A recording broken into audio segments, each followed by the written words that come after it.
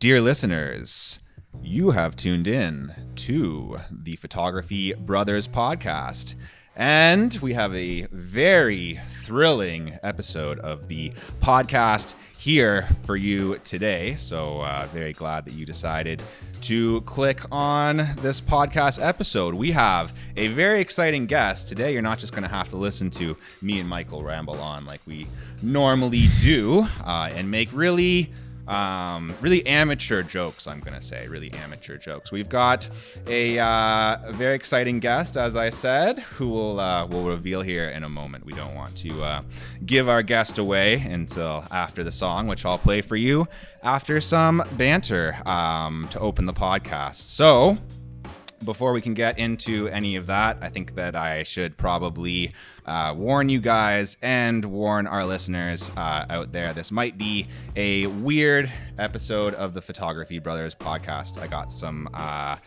pretty terrible personal news about 2 hours before jumping on with you guys. Already I feel better since we are recording the pod now, and it's good to be with you two gentlemen here, but I found out that my grandmother passed away last night, so that is pretty heavy stuff. She was old.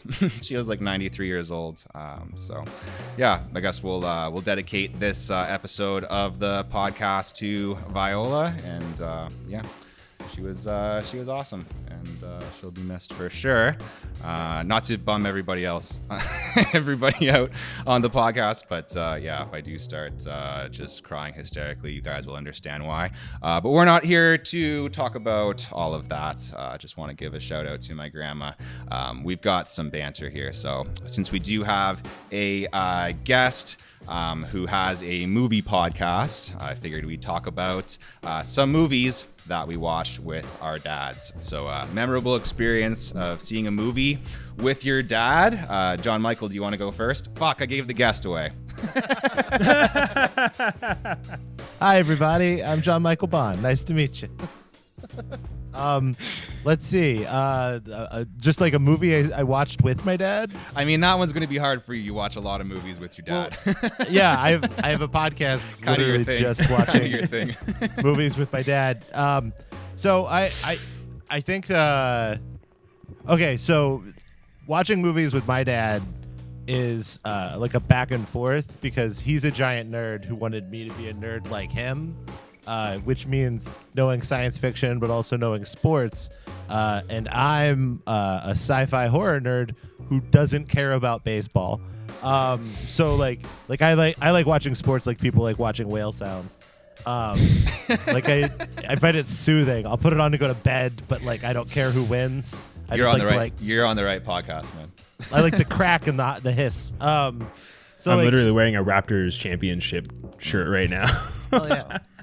But the place where we really bonded was music. So I would say for like a movie that I really like resonates as something I watched with my dad is The Adventures of Buckaroo Banzai. Have you ever heard of Buckaroo Banzai? It's only because of that horrible Ready Player One movie. That's the only reason why I know about Buckaroo Banzai, even what it is. Ready Player One is it's one of those things that felt like it was made for me. Like I felt like I was being teased when I heard about it. Yeah. Where they're like, it's gonna have the Iron Giant and Chucky, and they're gonna fight for good. I'm like, that's everything I've ever wanted. Yeah. And then it was just the biggest piece of shit I've ever seen. All right, so Buckaroo Banzai is about the long story short, it's about a new wave band that saves the world from an alien invasion. Okay. Wow. That sounds cool. Got Jeff Goldblum, Peter Weller. It's just a really bizarre, strange film with like samurais and ninjas and aliens and a new wave band and Jeff Goldblum inexplicably dressed as a cowboy a lot, and it's just a fantastic film. So I would go with Buckaroo Banzai. Okay, Buckaroo Banzai. We've got John Michael's dad movie recommendation. Michael Costa, you got a memorable experience watching a movie with your dad? Yeah, I think my dad has never been a big theaters guy. Even just getting him to watch a movie has been difficult. For me, has been difficult because I want to show him everything. We got him to listen to our podcast, so that's something. Yeah, he's a religious listener of the show. Number one super fan, Michael's Number dad. one. Appreciate it. Love you, Pops. But the one movie experience I had as a young kid with my father was going to see, I believe it was called Big Daddy with Adam Sandler.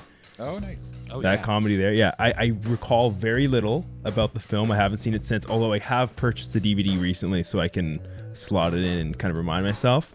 But I just remember loving it and like laughing so hard, my dad laughing so hard, and it was a great experience. Right on, man. I've got, I think both of you guys went with comedies, yeah? Yeah, I think so. Yeah. So probably the most distinct memory I have of seeing a movie with my dad, especially in the theater, is when my dad took me when I was, I think, 16 years old to see 300. Wow. Yeah, Oh, and it was, wow. I think it was opening night or like very close to it, full theater, and yeah, man, like that was back in the days when you didn't just see tits and violence all the time. It wasn't as readily available as it is now, and Very special moment yeah. for a 16-year-old. And that movie Oh, has yeah. a lot of both. So yeah, definitely watching that with my dad, was something very very special. And these days the violence doesn't appeal to me as much as it did, but at that period, for sure, that was memorable. I think that movie is a lot like Cruel Intentions, where it's one of the like great bisexual awakenings of a generation. Because like Cruel Intentions, late 90s, just like so many gals were like, oh man, I do want to kiss my best friend. And I feel like 300 is for a lot of dudes, that was a make or break moment where Yeah. they're like, I've never seen, here's the thing, you've seen abs, but you've never seen like 300 abs at once. Yeah. Oh, And yeah. like when Yeah. you see all of those, that is like it washboards your sexuality. Whatever comes out the end is the purest form. And I think it's a We're great all- thing. I walked out of that movie and my wife was like, what did you think of it? And I was just like, I think I like dudes. Not like, I like you too, but like, I think I'm gay. like, you know what Cruel Intentions means for you?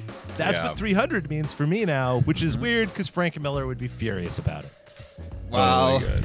would he though? I don't know, man. There's definitely that thing of manliness where you get so manly where you kind of cross back over, right? A lot of Arnold Schwarzenegger movies are sort of like that. So I'd like to believe that, but the guy who wrote 300 also wrote a Batman story that was so fascist that they were like, this is too fascist for a millionaire who beats up poor people. yeah, So like he's it's a it was great just great Batman Batman versus story Islam. though.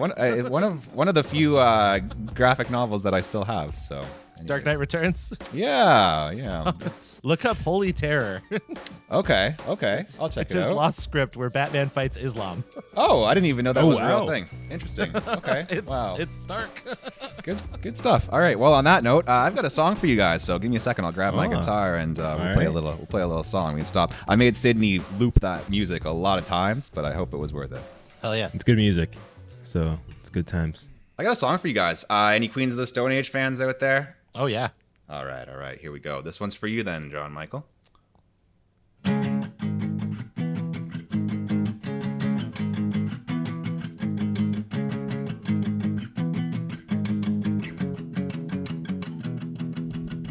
Hey Michael, why you all alone? I wanna take some photos and maybe record a good podcast, baby. We got a guest, John Michael Bond. Really glad he came along. Okay, it's time to start the podcast, baby. I got this part for you guys too.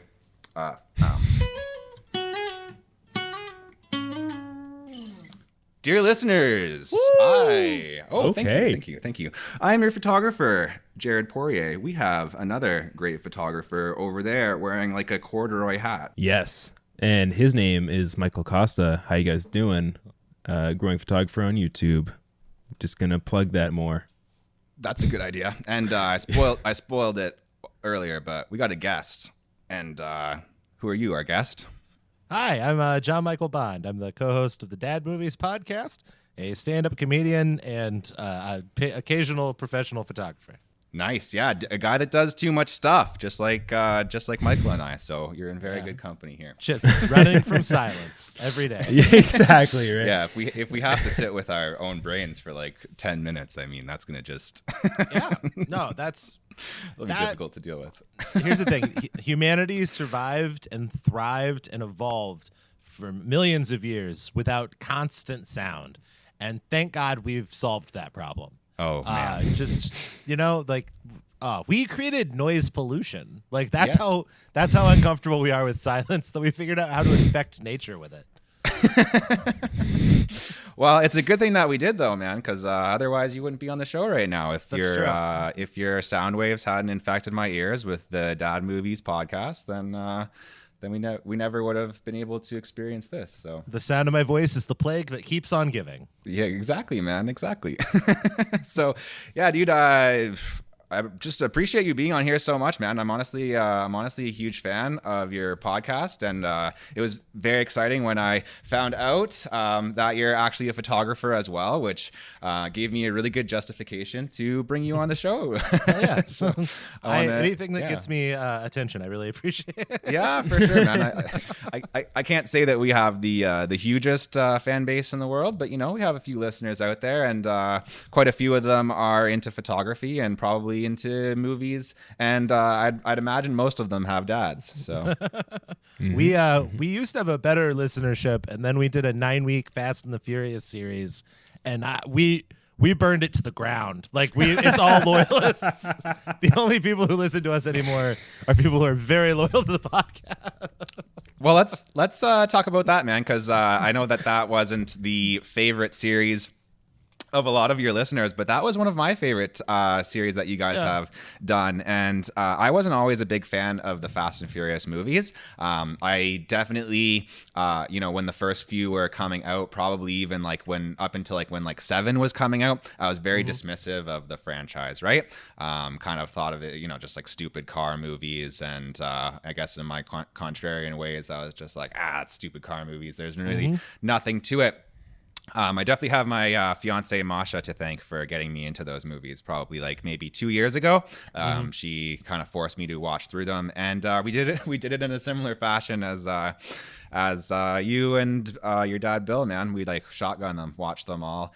So I've seen all of the Fast and Furious films, including Hobbs and Shaw, and just the first movie that I saw back at the theaters after lockdown was F9. So, and your podcast got me right up, ready to go in. I think I listened to the last episode the day before I went in the theater, man. Oh, hell yeah. Nice. We it was very weird. I feel like we lost our listenership over it because people didn't listen to the episodes. Because and I completely understand why. Most people would be like, I already done 2 of these. What could they possibly do? But by the time we got to the 5th one, my dad was explaining how the 5th Fast and the Furious movie is a retelling of the Gospel of John. Yeah. And it's it's so weird and oddly heady because he's a minister.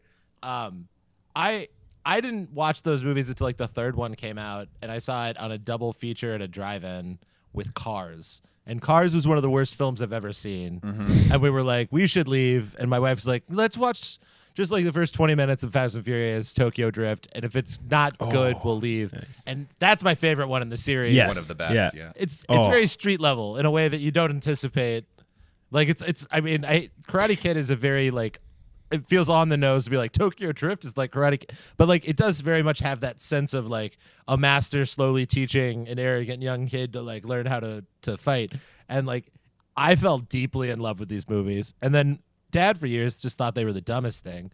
And then but I worked at a video store for a long time, and I knew how important Fast and Furious was to every father son that I knew who came in my video store. So I internalized it as this is a future dad movie that we're gonna have to talk about at some point. And I finally got him to watch the first one, and by the end he was just I love Dominic Toretto. So we kept going. Family. What I didn't know is he was gonna retire from ministry. He's been a pastor my entire life. And we started this series of pounding through all the movies 3 weeks before he announced he was gonna retire. His church is a very small church, and they lost a lot of people in the pandemic, and they were mad at him for not having in-person worship. So they were like, we think we want someone who's like more in line with our values. And he was like, great, I'll be done in 4 weeks. And they were like, no, wait, what? So it ended up working out that the week that the last Fast and the Furious movie came out was the last week he was preaching. So I like flew out as a surprise to see him, got to see him do like the last show, which he hates how I refer to it, but whatever. And then we went and saw the last Fast Furious movie and got to do our first in-person podcast. So if we hadn't set fire to our listenership, I wouldn't have like one of the most touching and poignant like 3 days I've ever had with my pop, where I got to surprise him with like see him do his last ministry, and then also watch him shout "Hell yeah" out loud when they started drinking Corona at the end of the Fast 9. So roller coaster of emotions. Get that Budweiser out of here. He was furious. He was furious at the end of Fast 8. Yeah, I agree with you though. I think Tokyo is probably my favorite as well, and I think the reason for that is yes, like the story that they're telling, it is kind of familiar, but it's one that you like hearing. I guess like in the type of story it's telling, but I think also the racing just felt the best for me in that movie. It felt like everything, especially as the series goes on, and I don't necessarily hate, like I know a lot of people hate how it has transitioned into more of like a crime theme and kind of running away or trying to get the guy or whatever. It's the chase. I like what they've done. I think they have some really cool sequences. I think, obviously sometimes it goes a little crazy, a little cray, but it never really like felt like it went there in Tokyo, and I think it fit that movie very well, and the story it told, and then obviously everything that happens throughout and at the end is emotional. Great movie. But yeah, I'm also a fan of the series overall, and I think that people just need to people who do hate on the movie, I think just need to understand that you just gotta go have fun. Like you just have fun. It's there to entertain you. It's not trying to follow up the Revenant. Not the Relevant. What? Revenant. My bad. Bears. Leo. You said all of them, so one of them's going to be right. I would be on board with a random bear attack during a Fast and Furious movie. Honestly, I wouldn't count on it not happening. It would just end with The Rock like decapitating the bear with his bare hands. I was going to say that Rock was going to be become the bear, kind of like a were-bear scenario. Oh my god! I think also like even just from a photography standpoint, I like cinematography wise, I love Fast and Furious 3, but like it does this thing that is kind of influenced my photography also, and it's we talk about it on the podcast a lot. It's the idea of geography. It's the movie is constantly telling you where it's going to go in the future.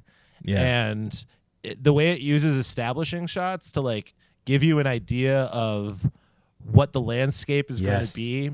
And it's so cool that like the first time the kid in Fast and Furious Tokyo Drift gets on the highway in Tokyo, they make a point of saying if you drive past the cops at a certain speed, they know that they can't catch you because their cars don't go as fast as this speed. Yes. Yeah. And they use that to like tell you the mechanics of why the cops aren't chasing them, but they also use it so that they can show you what it's like on the highway, so that later when they have a high-speed chase on the highway, you're not trying to figure out where you are. They're like, here, we've already shown you like how this is going to work. And it makes the high-speed moments work just from a storytelling perspective that much better. And a lot of the other ones, they still set it up geographically. I think they do it kind of well. But 3 just does such a great job of like teaching you the landscape so that when stuff happens, it matters to you and you're in the moment more. Yeah. It makes a lot of sense, man. Yeah, for sure. It's a good example of like why the franchise is, has had the longevity and the fan base that it has. Like on the surface, yes, there's a lot of movies that are like those movies, I suppose, with a lot of gunfights and car chases, but it's that like extra level of depth, right? There's something a little bit extra to the filmmaking, something a little bit extra to the character work and whatnot that I think makes it stick with people, right? No. And if I could just add in one more thing there that also could possibly transition us to something else, I'm not too sure. But one thing that I love about that film. This is a Fast and Furious podcast now. And now it is just that's everything what it I is do. Now. I'm just trying to get to 12 episodes about Fast and the Furious before I die, honestly. Why stop there? Okay, so one thing that it does, that also my favorite movie of all time does, that I think is also relatable to photography when you're putting together books and you're trying to create theme, and of course in filmmaking as well, is you mentioned the establishing shots. I love when there is a focus on ensuring that the city also feels like a character in this whole contraption that's being presented to you.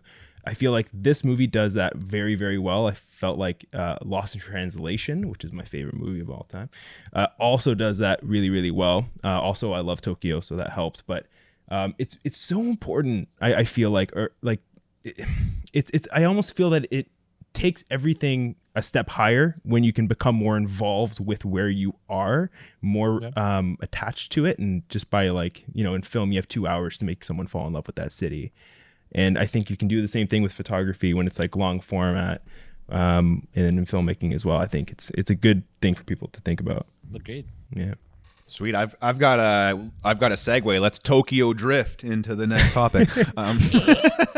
And also, real quick, if you like the idea of talking to someone's dad about movies, but you hate Fast and the Furious, we have 15 other episodes. You don't just have to listen to most of them aren't about Fast and the Furious. The majority. Majority. We'll touch on a couple more episodes because I do want to talk about some of my favorite episodes of dad movies a little bit at the end. I do want to talk a bit about. Well, we'll talk a little bit about photography as well, as this is a photography podcast. But before I get into that, the next topic I just want to touch on here. I want to talk about podcasts, man. Believe it or not, somebody who hosts a podcast, I do want to talk about podcasts. I listen to them all the time, as we talked about earlier. And we also kind of touched on this a little bit, but you seem to have a bit of the curse that me and Michael have. I don't know if it's attention deficit disorder or... It is. It is. For me, crippling attention deficit disorder. I think it might be for myself for as well. Anyways. But yeah, man, I mean, you do a lot of stuff. You have your comedy stuff. You even tour around. You do a lot of live stand-up comedy. You've got your love of movies, as well as the podcast, and as well as doing photography, right? So what was it about podcasting in particular, like that format, that drew you to that, when you could do so many other things? Why was it podcast? Why dad movies? Why did you want to do that so much? I have a hard time standing still, and especially during the pandemic, I had to stay still longer than I've ever had to stay still.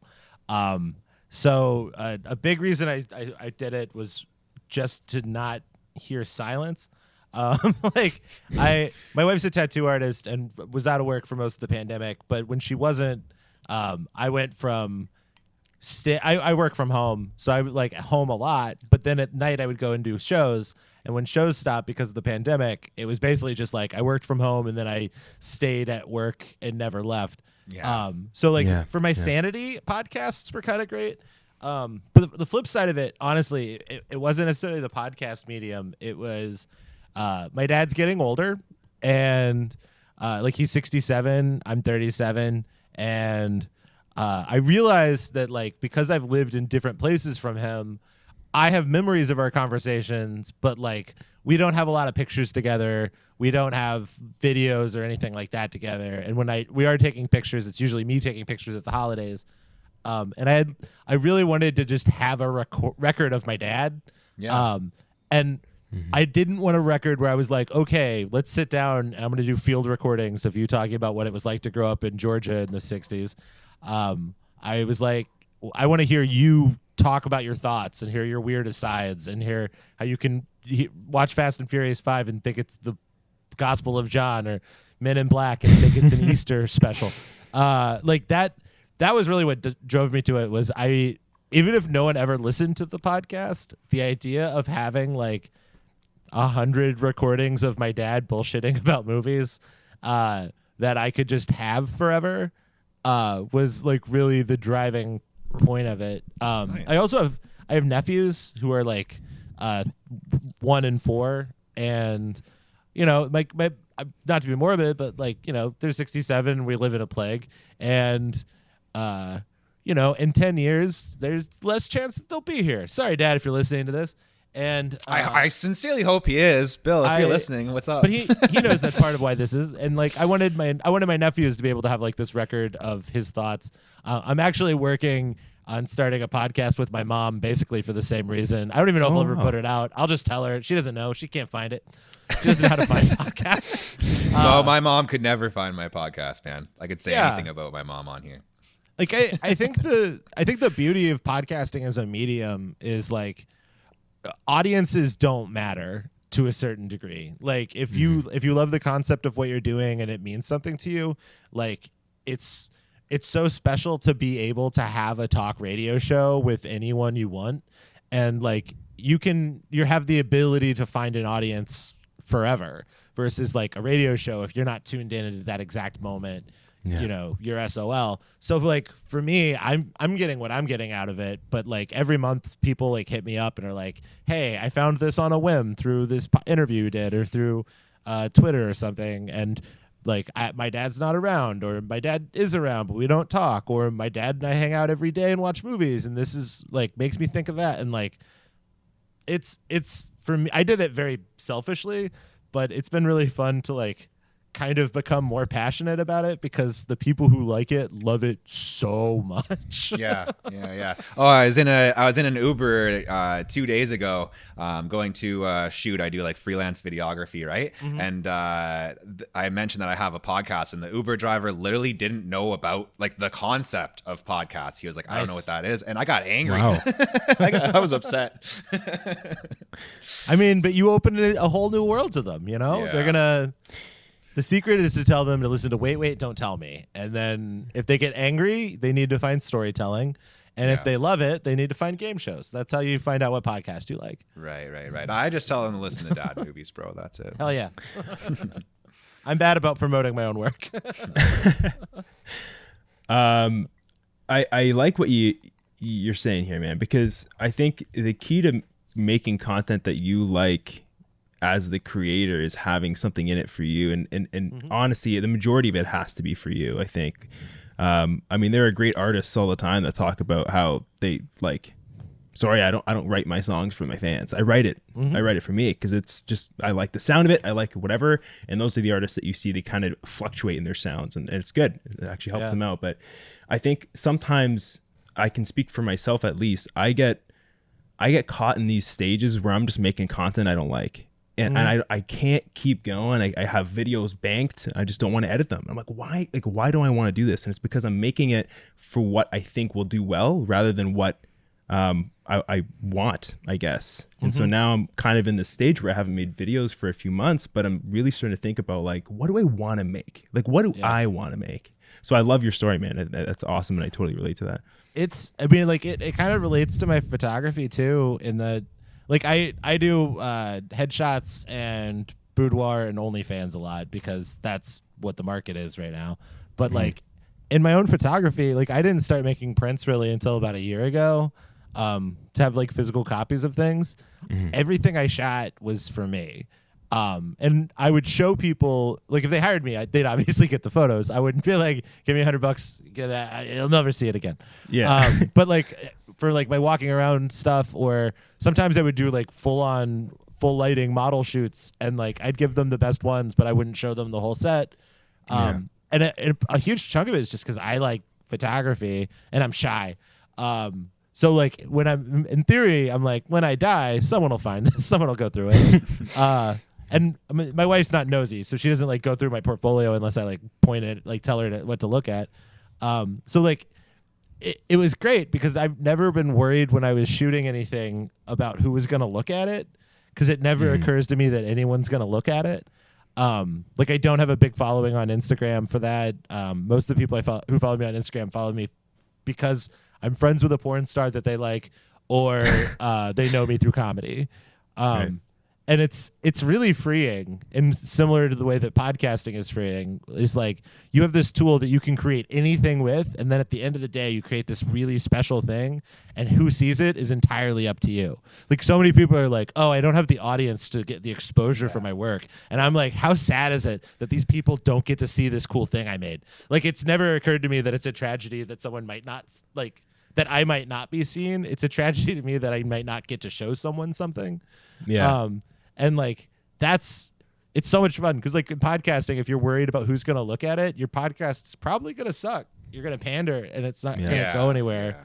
And in your photography, if you're worried about like what people are going to think, you're not going to like take experiments with cool colors. You're not going to be like trying to take slightly confrontational pictures, or in my personal opinion, you're not going to try to like get stuff that looks a little bit ugly just for the sake of seeing if it can be pretty. And like, that's the stuff that I enjoy the most in photography and in podcasting. It's interesting. Sorry, I'll just throw this in. Jared, I know you want to get in there too. I just wanted to say, I'm chilling. I talk. I ramble a lot. I'm really sorry. Bro, I'm a rambler. That is my like ethnicity, bro. Like it is like part of my genes. It's kind of a necessary skill for podcasts. So it's great for podcasts. We fill the content. We fill it. We started with like hour and a half like long episodes, I swear. But no, I think it's oh man. It's like, you know what, Jared, if you want to go ahead and say something, I just kind of like talked myself out of remembering what the hell I was going to say. It was around what we were just saying, but Jared, go. I think you still got it, man. It was around podcasts. It was about believe in yourself, creativity, taking risks. Boom, light bulb, arrow. Boom. Can you animate a light bulb like 5 seconds? It's going to be Sydney, but Sydney, edit a light bulb. Sydney. Oh, hi, Sydney. How you doing? Sydney's back in the game. Sydney's back in the game, back in the chair. I think I think we all pretty much start with like it just being this genuine love for the thing. Like it's, your friend's doing it or you're doing it. You start walking around taking photos, or you just start making that podcast because you really like listening to that one guy.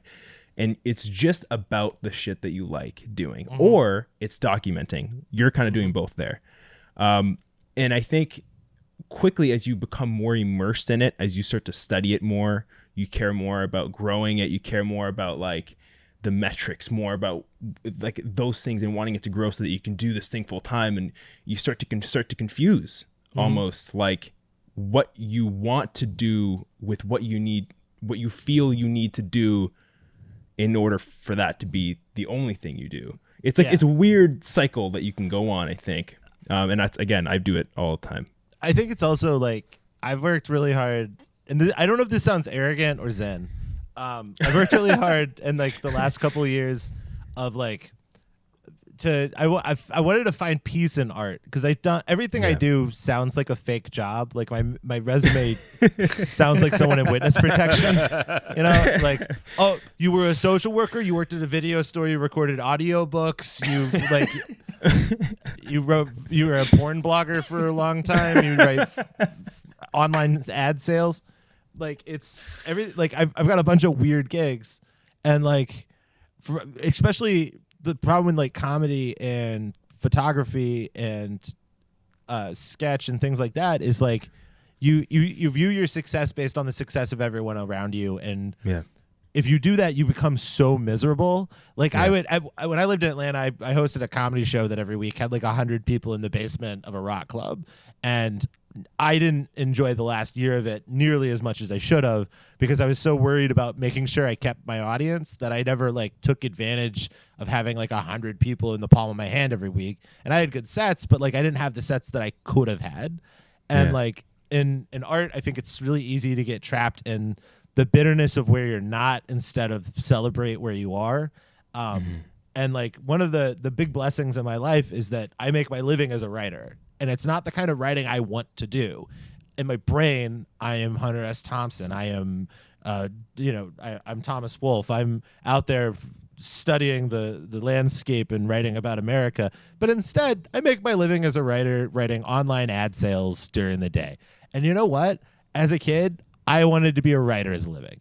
And I made it. I did it. I'm one of the handful of people who can say that they pay their bills and their health insurance with a writing gig. And it may not be a cool writing gig, but it's a writing gig, And for a long time, I got really upset about not having the cool version of what I wanted, and it kept me from being able to find joy in the things that I did. And I worked really hard in my own comedy and my podcasting and my photography to like not give a shit anymore. Awesome. And it's like I already, even if it's not the coolest version of my dream, I'm already living out one of my childhood dreams. So like anything that I try to accomplish after this is just icing on the cake. And if it's just icing, why not make the cake you want to make? You know, like I already have the cool job that I wanted. And like that, I think that's hard for some people to do because like you're trying to find that thing that's like the thing you've always wanted to do. But sometimes I feel like we find the thing we always wanted to do and then we can't acknowledge it's the thing we always wanted to do because it's not the coolest version of it. Because we're wired to want more all the time. Yeah. Well, I don't know if we're wired to want more if we live in a society that like everyone's talking about hustling constantly. True. You know, True. like, do you know how many Vikings would have just had gardens if all their buddies weren't being like, we gotta pillage? You know, like it's peer pressure is a vicious thing. Didn't think I was gonna go to pillaging, did you? Didn't think we'd be talking about pillaging today, and I mean, if we didn't have this podcast to do, and if I didn't have my freelance video work, I probably would be pillaging. So yeah, thank God for that, man. I do want to address a couple more things. I definitely want to get into some of my favorite episodes of dad movies. I have 2 written down here that I want to talk about. We'll save that for a second. There is something a little bit more boring, but I do want to get your insights on this for sure. I think it'll be helpful. Well, for me personally, I think it'll be helpful for me. Selfish question here, and it might be helpful to some of our listeners. We've been doing this podcast now for I don't know, maybe like 10 months or something, Michael, almost a year perhaps. Almost a year, I think, right? Pretty much straight. Like every week. Yeah, pretty much every week.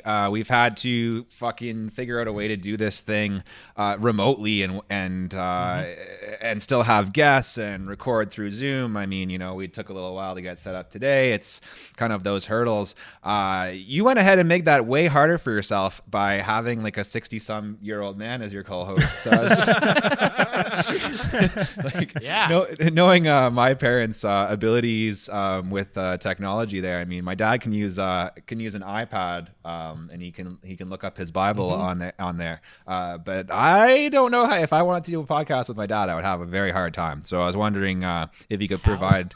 How the heck did you figure that out, man? Yeah. Step 1, have a very smart old man. Okay. My pop is a bit of a tech nerd.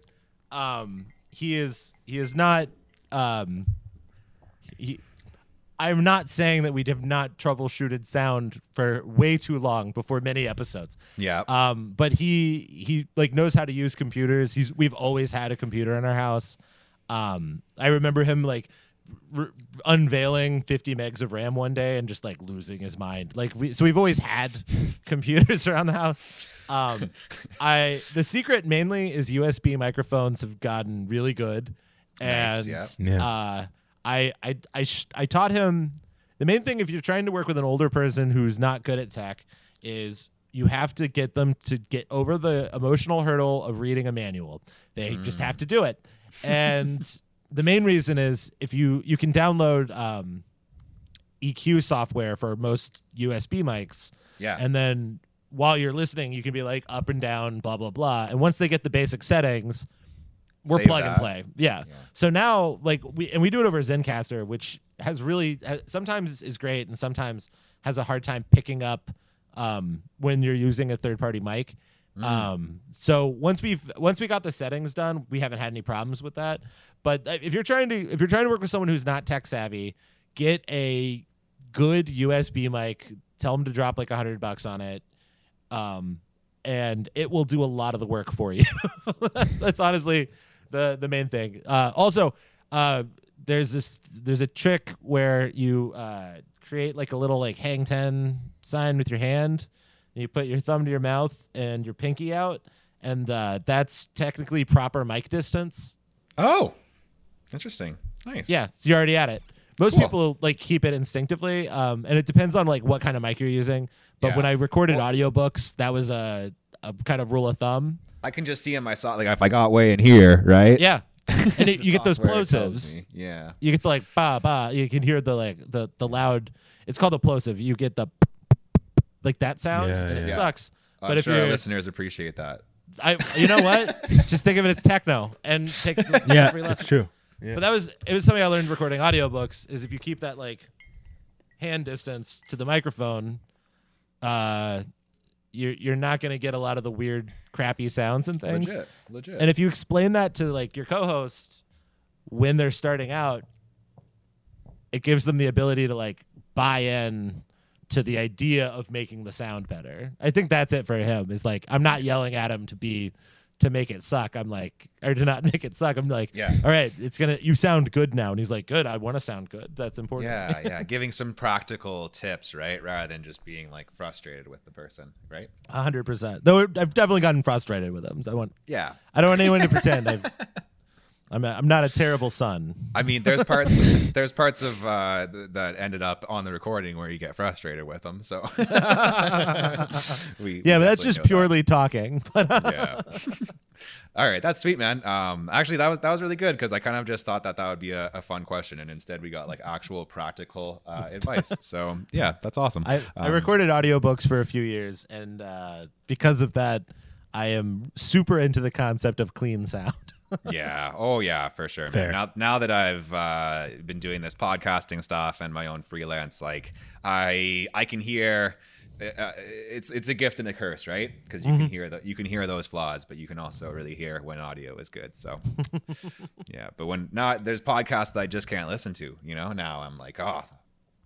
This audio is horrible. So my favorite comedians have a podcast where they roast wrestling, and the audio is so blown out all the time that it's like it hurts my ears sometimes to hear it, and it drives me crazy. Yeah.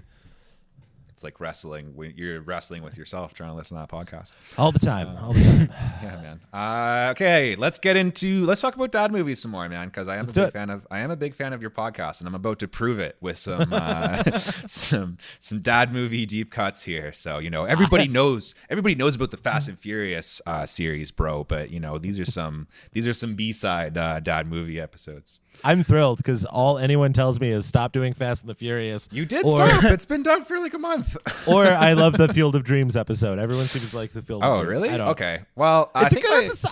It's not my favorite, but it's a good one. Don't give a shit about baseball, so whale sounds. There's a Blue Jays game going on like right down the street from me that I do not care. Anyways, but what I do care about are these episodes of dad movies. You mentioned it earlier, but the Men in Black episode is friggin' awesome.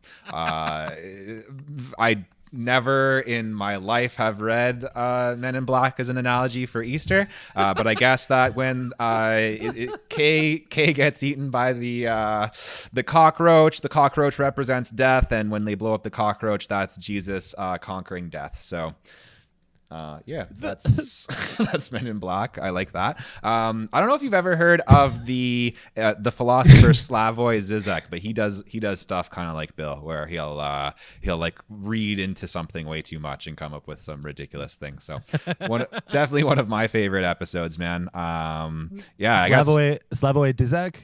Slavoj Zizek. Yeah, he's. Do you know him? No, I just need to.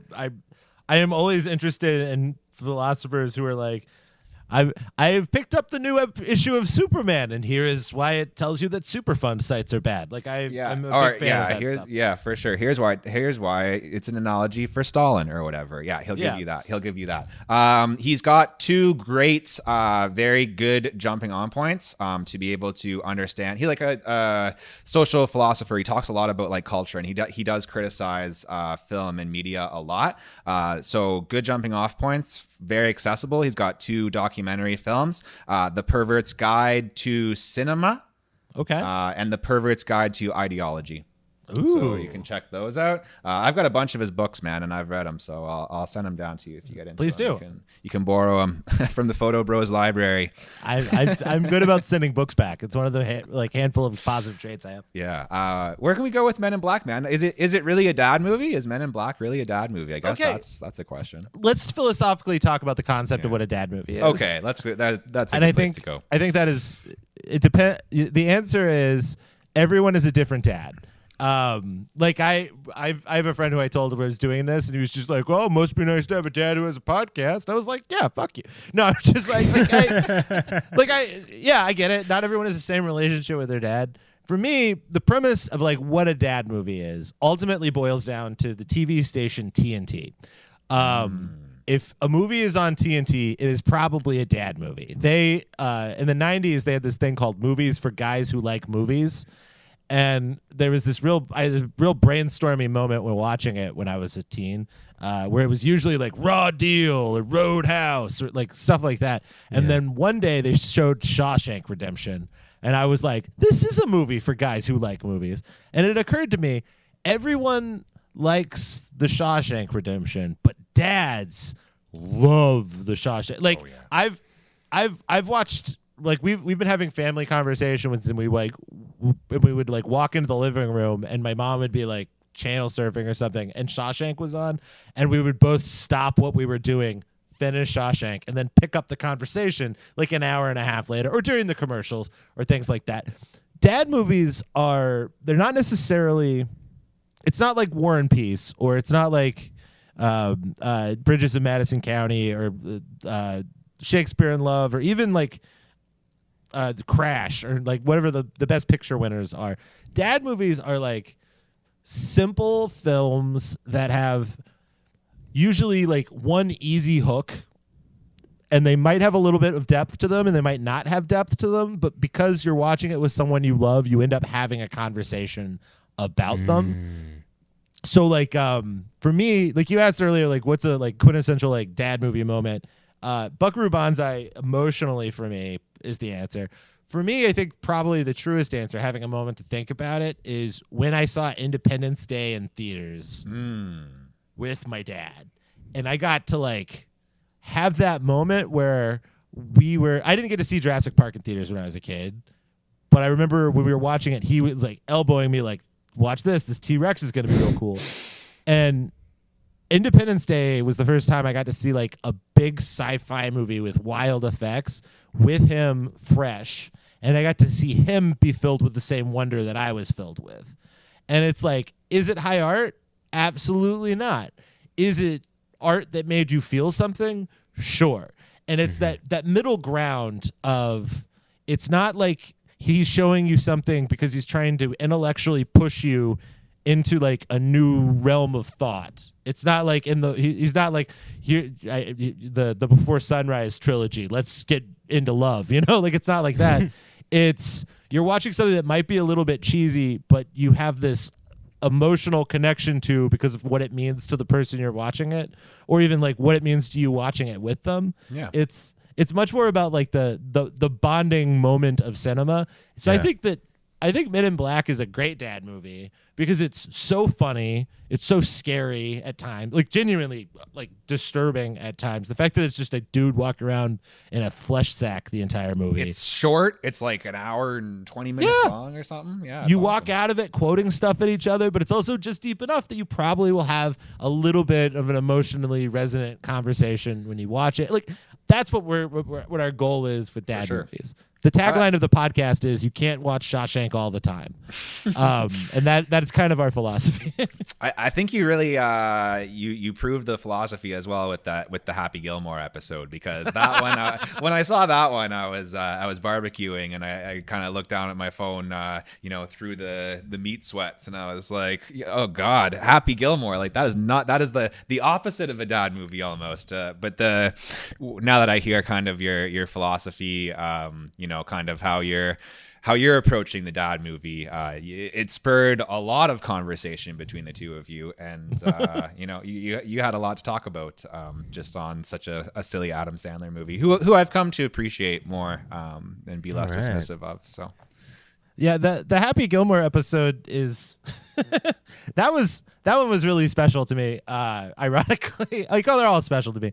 That one was very special because like I dragged him kicking and screaming to that movie, and then he laughed harder than I've ever. Like my dad laughs too hard when he laughs too hard. Like everyone, I feel like most people, if your dad has a good laugh, like it's embarrassed you in public. We've been asked to leave places. Oh yeah. Like we've been in movies and people have been like, "Sir, you have to calm down." Like when he laughs super hard, and like Happy Gilmore is the first time I saw him in a narrative movie laugh that hard. The only time I'd ever seen him laugh that hard before was during the trailer for Free Willy. Where he was sitting there and he's like, "This is gonna suck," and they were like, "A boy in trouble, a whale in need of a friend," and they were like, "Yeah, we got a Free Willy," and he's like, "They're gonna call this Free Willy," and then it like he leaned over to my mom and said, "They're gonna call this Free Willy," and then it cut to the scene of the little kid like punching the air. And then the Michael Jackson song hit that like change the world, make it a better place. And then it just went Free Willy. And he started laughing so hard that an usher asked him to leave. Like during the trailers, he was making like he was weeping at how stupid this trailer was. That's incredible though, to get kicked out before the movie even starts. Like that. It's impressive. I never seen him laugh like that in an actual movie. Yeah, and an actual joke. Yeah. Until Happy Gilmore, so it was like a very poignant moment for him. But I feel like that's what's so beautiful about the concept. And like I don't know if it would have lasted as many episodes as it had if we hadn't started discovering more about like what we think it's about. Yeah. And like the thing that's so cool to me about like the concept of a dad movie is like a dad movie really ends up being anything that your dad responds to that you show them, as much as anything that they show you that's like emotionally relevant to like your relationship. Mm-hmm. So like for me, like dragging my dad to see Memento is like a really important moment in our relationship, because that was the first movie I showed him to where he realized I had good taste. You know, like, because that came out when I was in high school, you know, and like I had shown him movies before that were good, yeah, but I had never been like, "Yo, check this dude out. He's gonna become important to cinema." And now like Nolan's one of his favorite directors, and I hate Nolan. Yeah. So like it's that's another podcast. Now we got to have that discussion. Christopher Nolan is an amazing director who should not be allowed to film anything he writes. Yeah, I'm just not sure that he's a human. Yeah, he's a great director. I want Christopher Nolan to be forced to make a studio comedy before he's allowed to write about time travel again. We'll get him to do. Man. He needs to do like the Who Framed Roger Rabbit remake. Oh no, not small studio comedy. Oh, we're going real small. Okay. I want Christopher Nolan to be forced to do like I Love You Man 2 before he's allowed to touch $100 million budget. We're gonna give him like $2 million before we give him another 100. Yeah. I just want him to take a breath, man. Yeah. Fair, all of his stuff is so it's a guy who thought he bought acid and actually bought DOC and has been tripping for 3 days. And he's like positive he's gonna change the world. And then Tenet happens. Yeah. Well, he changed my world with The Dark Knight, so I can't really talk shit. Oh man, Interstellar. Yeah. Really? Interstellar? Okay. Well, anyway. I do love Interstellar. Easy. I'm not gonna lie. I love Interstellar. Yeah. Okay. John Michael, we'll bring you back on for our Christopher Nolan episode of the Photography Brothers, I guess. Yes. It's been friggin' awesome. It's been awesome having you on here, man. This has been so cool. I thought you were gonna be a good guest. I was super excited about it, and I'd have to say that you definitely you definitely destroyed my expectations on that one, man. So didn't say which direction, but I take that as a compliment. Yeah, I mean, well, we tried to get Bill on, and Bill, he's a busy guy, so we had to go with the runner-up. But he will happily do it if you ever want him. He will tell you about his blurry iPhone photos and. Yeah. Well, you taught him how to use microphones and stuff, so you've really set him up well. I mean, he's retired from the pastor game, but there's no reason why he doesn't have a great career in podcasts ahead of him. So he is actually starting a pastoring podcast. I'm not shocked by that, to be honest.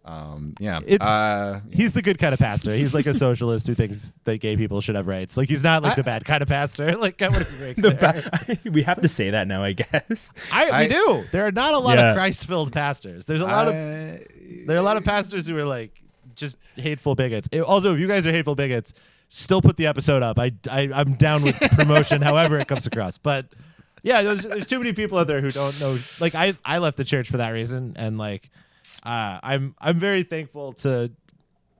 I'm thankful to have a dad who, even if I don't agree with him on religious stuff, always, like, he's one of the only people who, when they say like they're a Christian, I'm like, they're a Christian. Oh, and for like, sure, man. And like in a true cool way. So if you're turned off from the pod at the idea of a pastor trying to make Fast and the Furious or Men in Black into a Christian thing, I swear to God, it is much more psychedelic than you could possibly imagine. It's much different than what you expect, to be honest, man. And I won't get into it a lot. I do have my own like complicated relationship with religion and stuff like that because of what you're talking about, because of the not accepting gay people or being racist or different things like that. But yeah, when I do listen to what Bill has to say, that kind of reminds me of like, when you take it back to the text and you look at like, the actual philosophy of Christ, it's something very different than that, right? So I'm just a firm believer you shouldn't talk to any pastor who hasn't done a gay marriage. If you haven't, I don't believe you.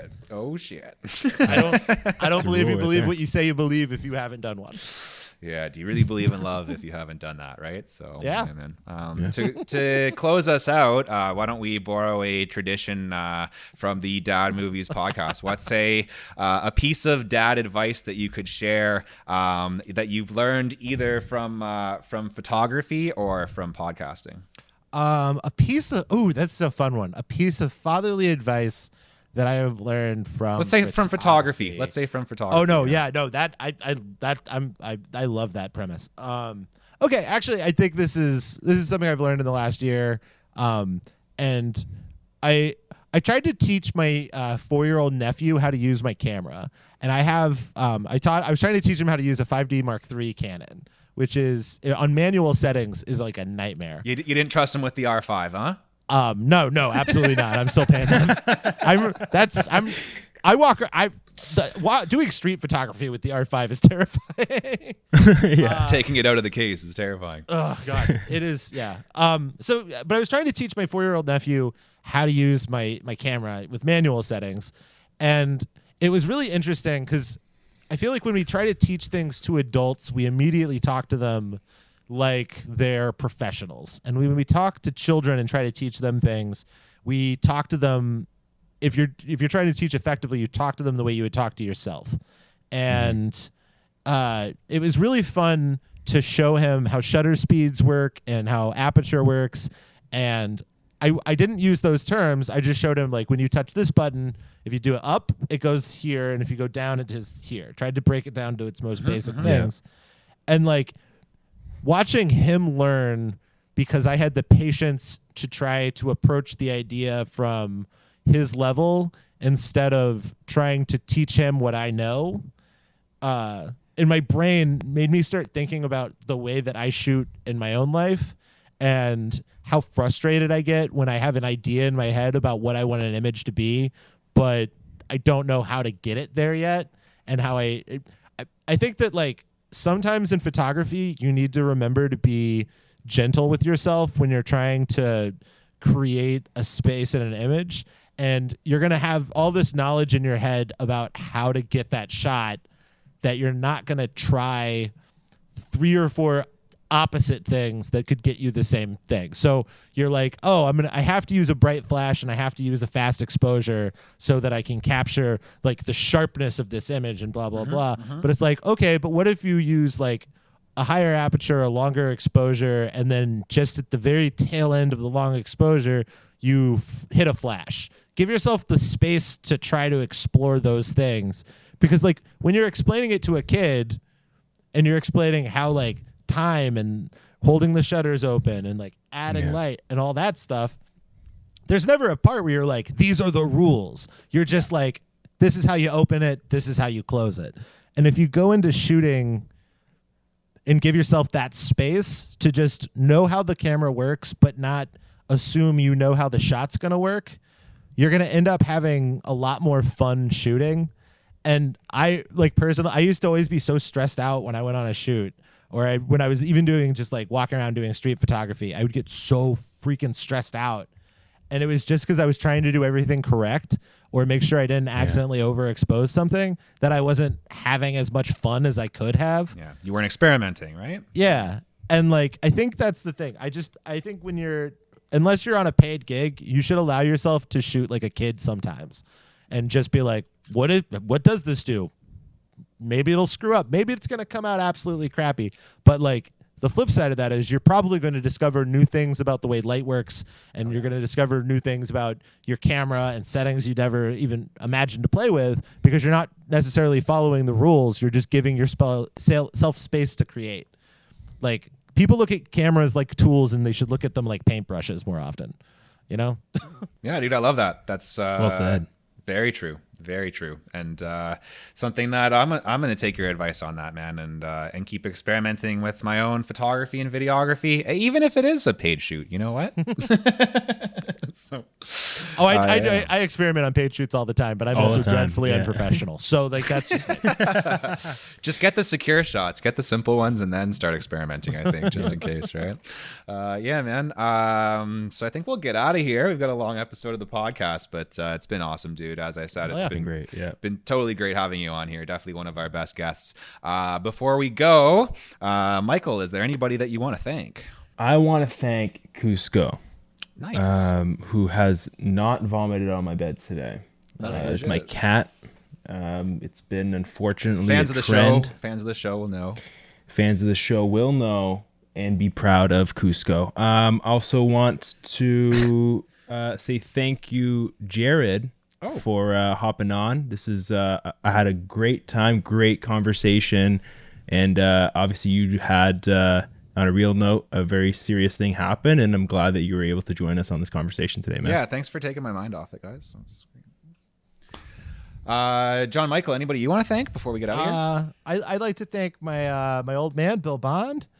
He's a great podcast host, better person, and I'd like to thank you guys for doing this. And as someone who lost both of my grandparents and then had to podcast that day both times, I read 4 of them at one point, but like as someone who has had to podcast twice on the day that I've lost a grandparent, you've done an amazing job, and thank you for giving us yourself today. And I'm glad that you could also have your mind taken off of it, but it also fucking sucks. And I'm sorry if I'm not allowed to use the F word on this. But we've used it a few worst. times now, so you can edit it out. You know how to edit. Too late now. Yes. Thank you, man. I really appreciate you giving that space. Sydney's gonna edit like half of those out. Okay, we'll leave in a few. I only got 1.5, so I stopped myself before the first one got all the way out. I think we each get one. We'll go with that. I gotta thank both of you guys, and I have to thank Sydney for editing assistance on this podcast, and we'll give one last thank you to my grandma Viola, and thank you to her and other stuff. I don't know, guys. Friggin' follow the podcast. Tell a friend about the podcast, and if once you get through our episodes, there's always dad movies there for you. So I tell people all the time in real life to go listen to dad movies, but it's a great podcast, and I'll tell you now to go listen to dad movies. So there you go. Sweet. You can find us on Twitter at dadmoviespod. You can find me at John Bond. If you want to look at my photos, they're on Instagram at John Michaels Mistakes. And that's all the stuff I would have to plug. Other than dad movie, check it out. It's a good thing. It's a good thing. Check it out. It's a good podcast. It's wholesome. Wholesome. It's very wholesome, guys. And thank you for listening, and we'll see you next week.